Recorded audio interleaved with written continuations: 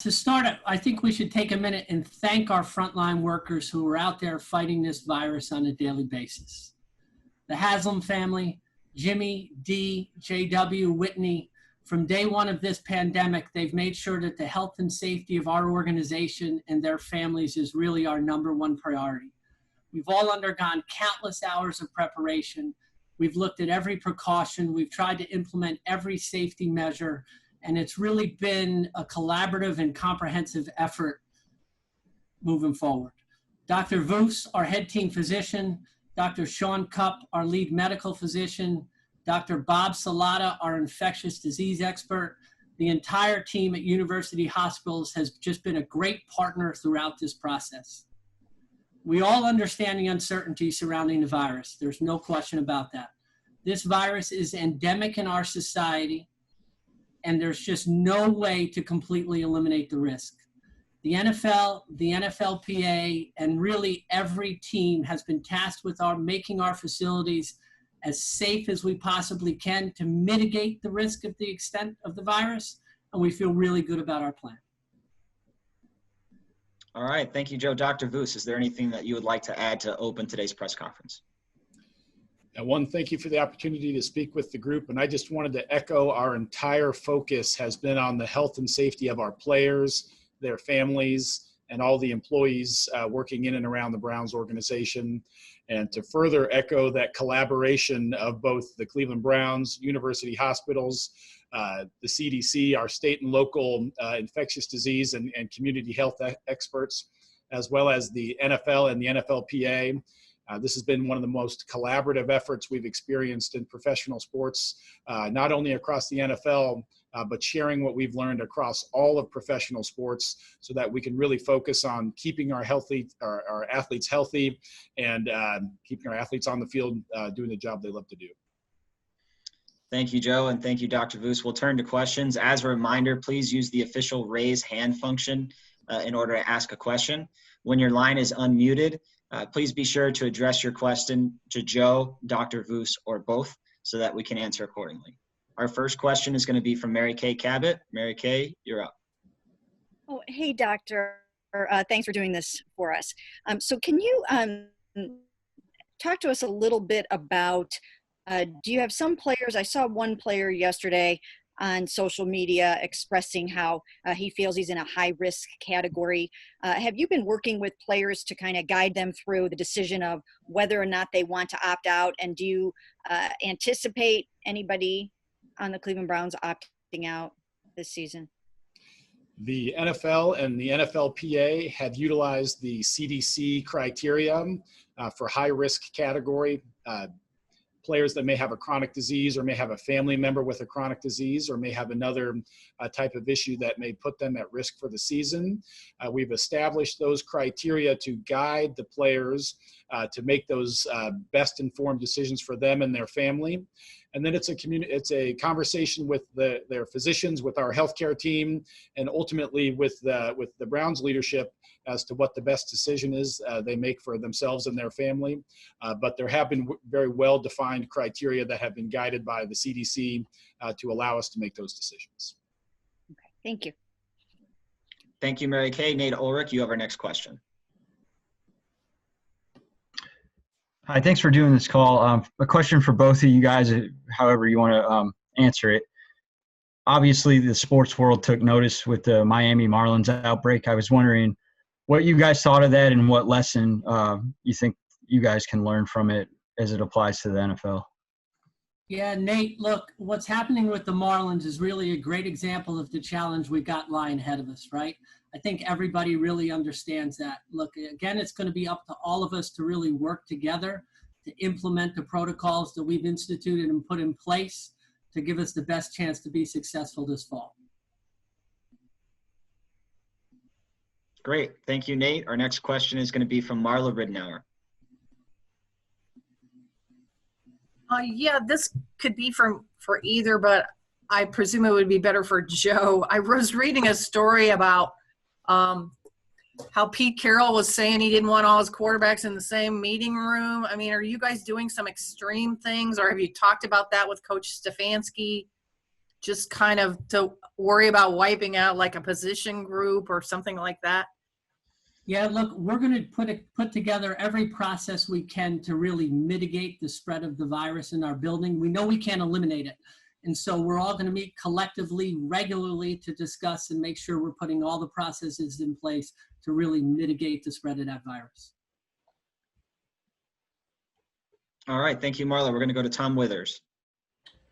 Hey, Joe and Dr. Voos, thank you very much. Joe, what have you guys learned from the Marlins situation or from the NBA bubble over the last couple of weeks that has allowed you to kind of either rethink some things or change some concepts? Yeah, in regards to the bubble, I think really the NFL and the PA have really put together a comprehensive series of protocols that are going to allow us and what we feel to give us the best chance to be successful and play football this fall. So we feel good about our plan and we're excited to implement it. All right, thank you, Tom. Scott Petrick. Hey guys, thanks. I'm not sure which one of you wants to take this, but if players wind up testing positive during the season, whether that's at the end of training camp or during the actual season, what are the protocols in place to deal with that as an organization? Yeah, the first part of that is one, to assure the well-being of the player, that they're evaluated and that they're safe, whether they can be at home or whether they need to be evaluated in a healthcare setting. But first and foremost is to get that player out of the facility and into an area where he can safely quarantine. So that's number one, is removal from the environment and making sure that they're in a safe quarantine space for both the team and their family.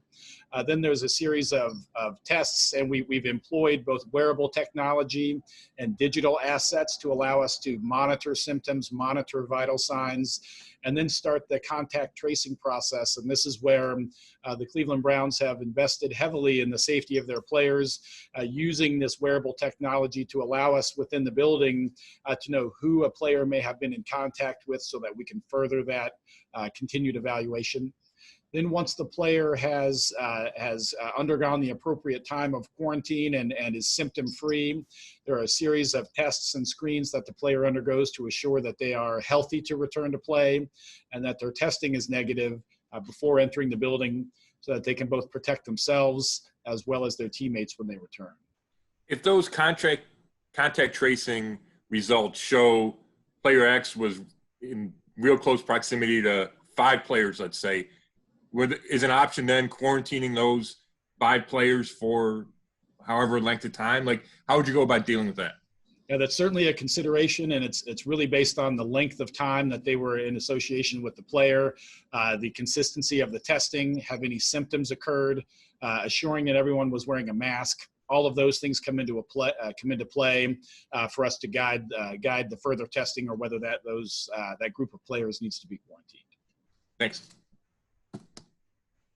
Thank you, Scott. We're going to go to Jake Trotter. Jake, your line is open. Yeah, hey guys. Do you know if you have players that are still considering opting out at this point? And if so, are the two of you still the ones having those conversations with them as they make their final decisions about what to do?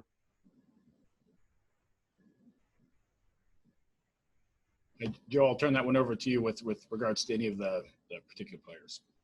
Yeah, look, we'll continue to really educate our players on all the high-risk conditions and then really support them as they work through that process with both their personal physicians, our team physicians, and then obviously our management. All right, thank you, Jake. Tony Grossi, you have our next question. Thank you. For Joe or Dr. Voos, are players required to wear the tracking devices at home and away from the facility? Yeah, Tony, that's a good question. Players are not required to wear the Connexon devices at home. And why is that? Tony, that's the way the protocols were set here by the NFL and NFLPA. So again, they'll enter the building with a screening process. They'll get tested. They'll wear those Connexon devices around the building, and then they'll hand those in when they leave the building in the evening. Okay, thank you. Thank you, Tony. Jeff Shadell, you're up.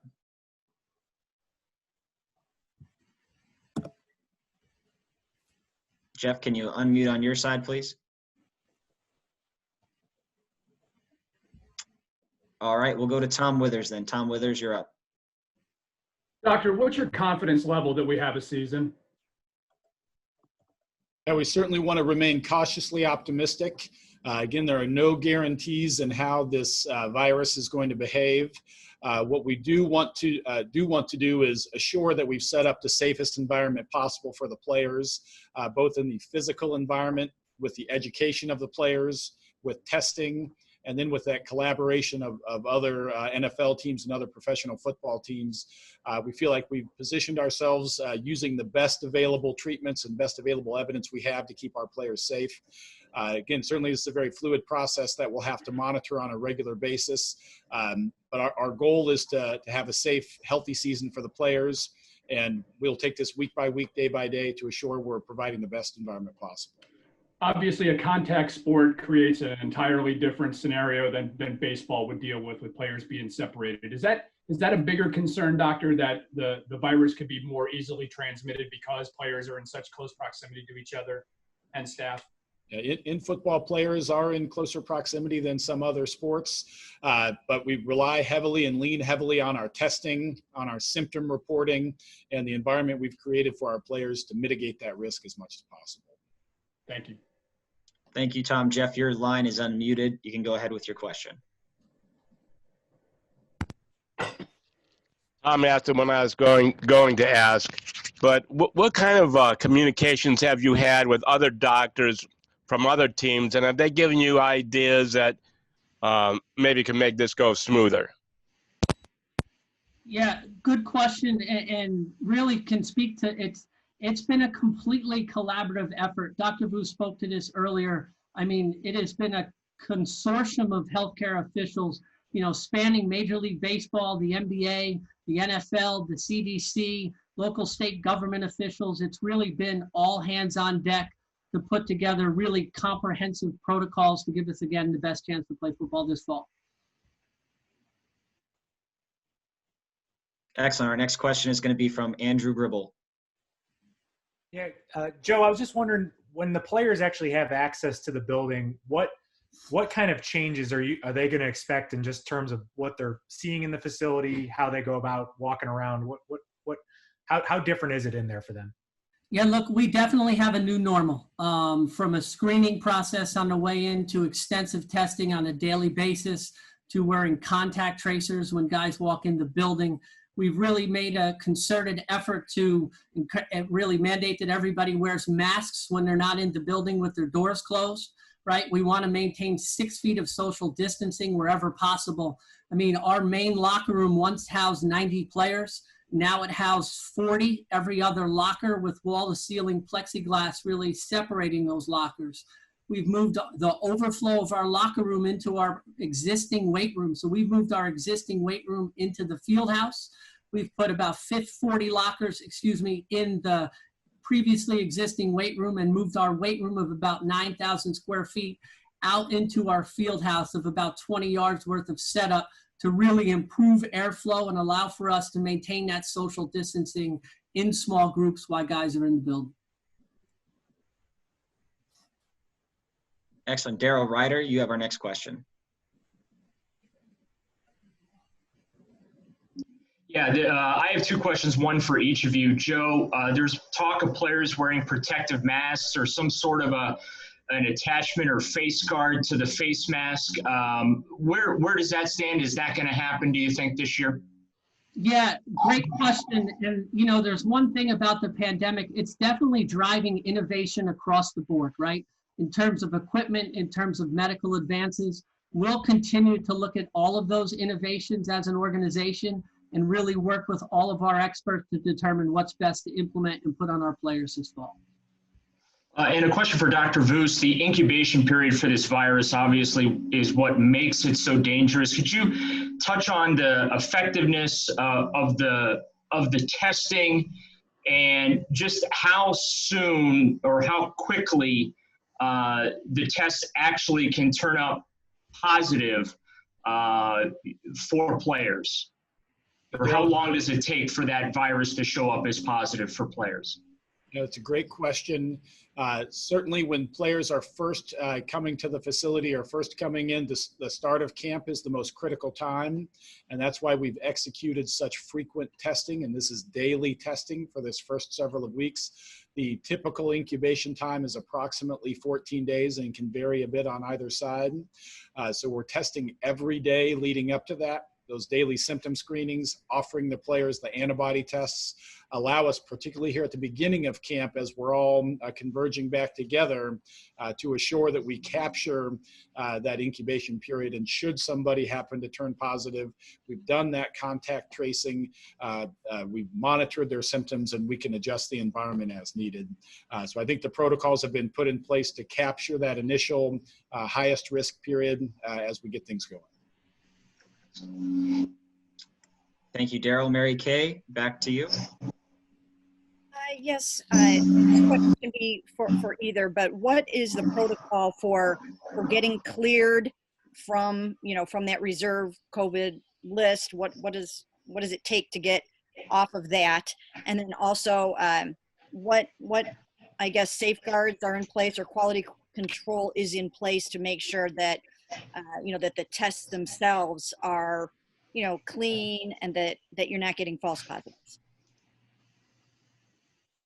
First, the NFL has partnered with a third-party lab that is performing all of the tests that are uniform across the NFL. These are both antibody and PCR-based viral testing, which is the standard of care and being used by every single NFL team. This is also being done on site, so it does not reduce the amount of testing that's available in the community, nor does it reduce the ability for a regular patient here in Northeast Ohio to access healthcare. So all of the testing is being done on site from that standpoint.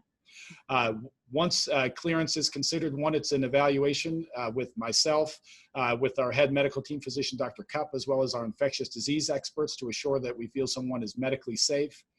There is the follow-up testing to assure that the follow-up testing is negative. Then there is being free of symptoms, further cardiac evaluation, and then ultimately it's that communication and comfort level of the player to return prior to getting back out on the field. Thank you. Thank you, Mary Kay. We have 5 hands up: PJ, Nate, Scott, Dan, and Tony Grossi. These will be our last questions. We'll go to Dan Lobby. Hey guys, this question is really probably for both of you, but I'm just curious what sort of advice you're giving players on how to conduct themselves when they leave the building. And obviously you're not doing the contact tracing, but how is that going to be monitored, and how important is it to sort of drive home what they need to do when they're not at the building? Yeah, it's a great question. And look, there's no doubt this is going to be a challenge, right? We're ultimately all in this together, and everyone really has to understand that every decision they make, both inside the building and outside the building, should be done in an attempt to mitigate the risk of the spread of the virus. We all kind of share that collective responsibility to our success, and we're all kind of looking forward to really working together to ensure we do that. Thank you, Dan. PJ Ziegler. Thank you. I have two questions. One, you talked about the testing being done on site, and I'm not sure who would be better to answer this one. How long does it take for you guys to get the results of those tests that you get? Yeah, the way our current testing protocol is set up, we hope that all teams have those results within a 24-hour window. All right, and my second question, with the talk of fans being allowed, certain fans or a limited number of fans being allowed in stadiums, how much risk is that for the players? And what kind of protocols are you instructing to your players about having fans in the stadiums and the interactions that they have with them? Yeah, in regards to fans in the stadium, look, our organization will really work with local state health officials. Dave Jenkins has done an outstanding job with our organization of leading that initiative. And again, what we'll want to ensure is we provide a safe environment for everybody if they return to our building this fall. Thank you, PJ. Nate Ulrich, you're next. Hey, Joe, a follow-up to Mary Kay's question about the COVID-19 reserve list. What is a timeline for that? I mean, obviously it would vary, but what's the soonest a player could come back? Yeah, it's a fair question. And in regards to timeline from returns from COVID, it really is treated on an individual basis. And I don't think it's really fair to put a timeline on one end or the other. We just know that our individuals would be treated appropriately. And when it's safe and healthy for them to return to the field, then we'll discuss that decision. Thank you. We'll go to Tony Grossi next.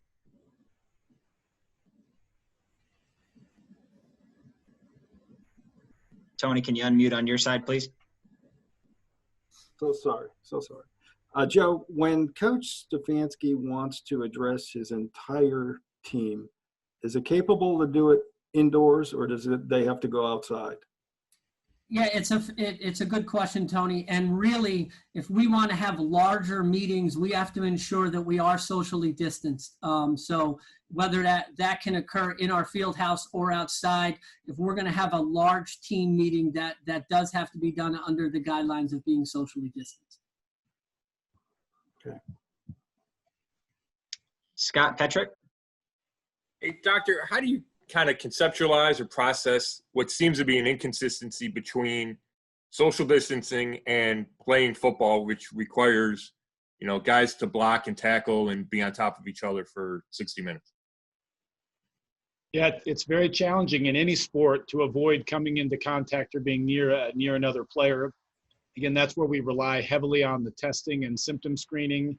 And then the time spent in that environment of being in contact with each other is limited to the extent that we can do so to still allow the sport to occur. There's no doubt this is not a 100% risk-free sport, and no sport is 100% risk-free. So we want to rely on all of the other tools around us to assure that they're safe. And as Joe had mentioned, these types of environments really spawn innovation. And as our equipment continues to evolve, we want to utilize that equipment as much as we possibly can as well to provide that extra layer of protection if at all possible. And could you see changes to how a practice is handled? For instance, is there a need to huddle between every play, before every play, which would bring guys together? Can coaches call, can you see coach calling a play where everybody stays distance, or do you think it'll kind of be business as usual?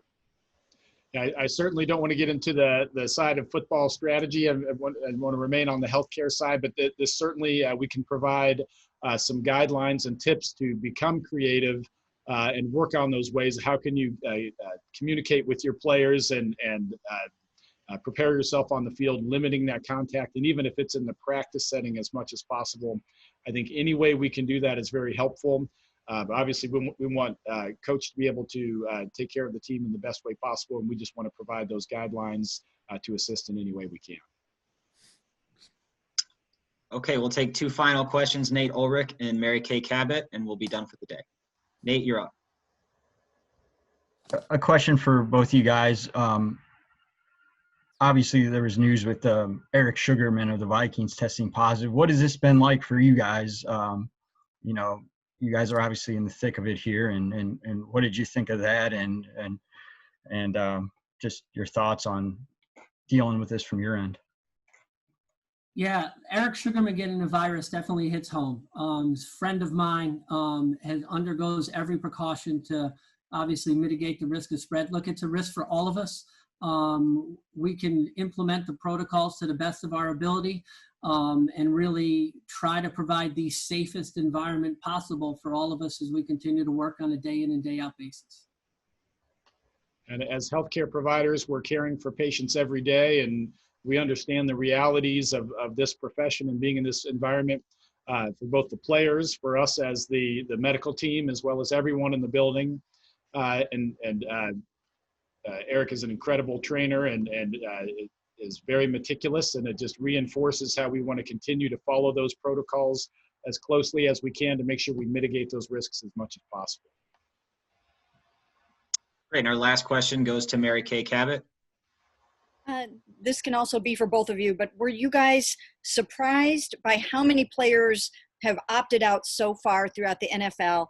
And do you expect a lot more over the next how many ever days?